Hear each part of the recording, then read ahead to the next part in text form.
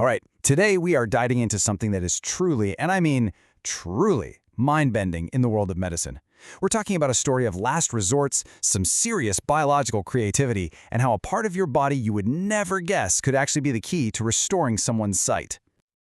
So let's just cut right to the chase with a question that honestly sounds like it's pulled straight from a sci-fi movie. Could a part of your mouth, a tooth, actually help someone see again?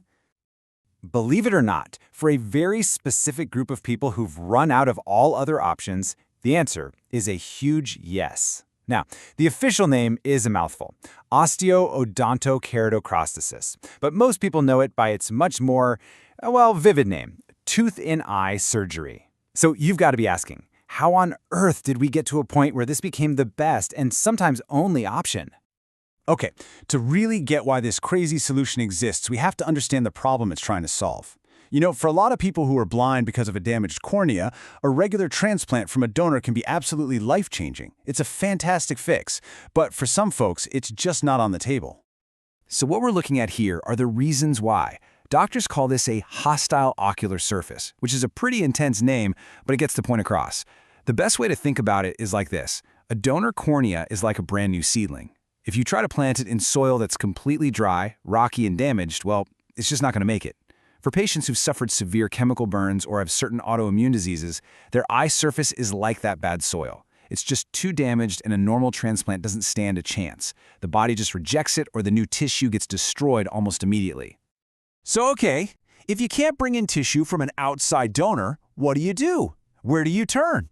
And this is where things get really, really clever. This is the genius of the whole thing. Instead of trying to fight the body's own defense system, surgeons figured out a way to work with it. Yeah, that formal name again, Osteo-Odonto-Keratoprosthesis. It sounds super intimidating, I know, but let's just pull it apart. Osteo means bone, odonto means tooth, and keratoprosthesis is just a fancy way of saying an artificial cornea. So what you're literally doing is building a custom-made, living implant. You take the patient's own tooth, a little piece of their jawbone, and you use it to create this perfectly natural frame to hold a tiny plastic lens.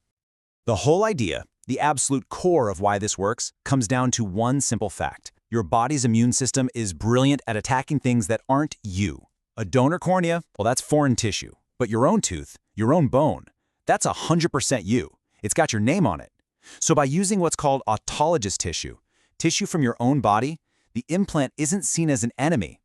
It can actually integrate, grow its own blood supply, and become a living, permanent part of the eye. And this chart here really drives home why this procedure, OKP, is just in a league of its own. Take a look. You've got your standard artificial corneas, right? Things like the Boston K-Pro. They're amazing, but they need a relatively healthy eye to be stitched into. They need that good soil we were talking about. But for the toughest cases, these end-stage diseases, they just don't hold up. The failure rate is really high. The OKP, though, it brings its own support system with it. It's self-contained. That's why it has, and I'm quoting the research here, unmatched long-term prosthesis retention. For these patients, it's not just an option, it's the ultimate last resort. Okay, so the big question, how in the world do they actually do this? Well, it's not a quick one-and-done operation. It's more like a carefully planned surgical journey that takes months to complete. And you know what's wild is that this idea has been around for a while. It was first pioneered way back in 1963 in Italy.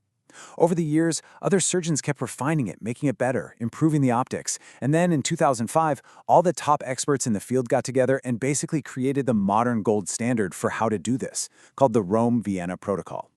And this is that protocol simplified. It happens in two big stages. In stage 1, the surgical team does two major things. First, they prep the eye by covering the damaged surface with a little piece of tissue from inside the patient's cheek.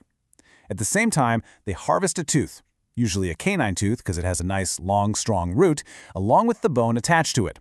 They carve this into a little plate, drill a hole right through the middle, and pop a tiny lens inside. But here is the part that just blows my mind. Step 3. They don't put it in the eye yet. Instead, they take this whole tooth and lens assembly and tuck it into a little pouch of skin, sometimes under the eyelid of the other eye, and just leave it there for a few months. It's like an incubator. The body grows a whole new network of blood vessels all around it. Then, months later, in stage 2, they go back in, retrieve this now living prosthesis, and implant it into the prepared eye. And just like that, light has a clear path to the retina again. I mean, the whole process is just staggering to think about. Which brings us to the biggest question of all, right? After all of that, does it actually work? And how well? The results are frankly incredible, especially when you look at how long they last. Get this, a major study followed patients for decades and found that over 81% of these implants were still perfectly stable and in place after 30 years. 30! That just shows you the power of using a living anchor that's become part of the body. And it's not just that the implant stays put. The really important thing is that it translates to actual vision. In another big study, 72% of patients had what doctors call functional vision success. That's a clinical term, but what it means is they went from being blind to being able to see. It's life-changing. And the researchers really put it best when they say that for these patients who have otherwise untreatable blindness, this procedure just continues to deliver success year after year when nothing else could. But we have to be realistic here. A surgery this radical, this extreme, is not a walk in the park. It comes with some pretty significant risks. This isn't just an operation, it's a total reconstruction, and it can mean dealing with challenges for the rest of your life. So let's look at the biggest long-term hurdles. At the top of the list is glaucoma. That's a buildup of pressure inside the eye. It's a huge concern because the way the eye is rebuilt makes it really tough to even spot glaucoma, let alone treat it. Then you have issues with that cheek tissue graft. It can thin out or break down over time. And finally, in some patients, the body can actually start to slowly reabsorb the very tooth and bone that make up the implant. It can take many, many years, but it's a risk. So what this all boils down to is that the surgery itself isn't the finish line. Not even close. It's the start of a new journey. Managing these potential problems, especially the threat of glaucoma, takes a lifetime of very specialized care. You have to constantly work to protect the sight that was so incredibly restored. So, after all that, what's the big takeaway from this incredible story?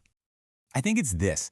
We have all these amazing advances in synthetic materials, new drugs, incredible technology. But sometimes the most powerful, the most durable, and honestly the most elegant solution is something that's already a part of us.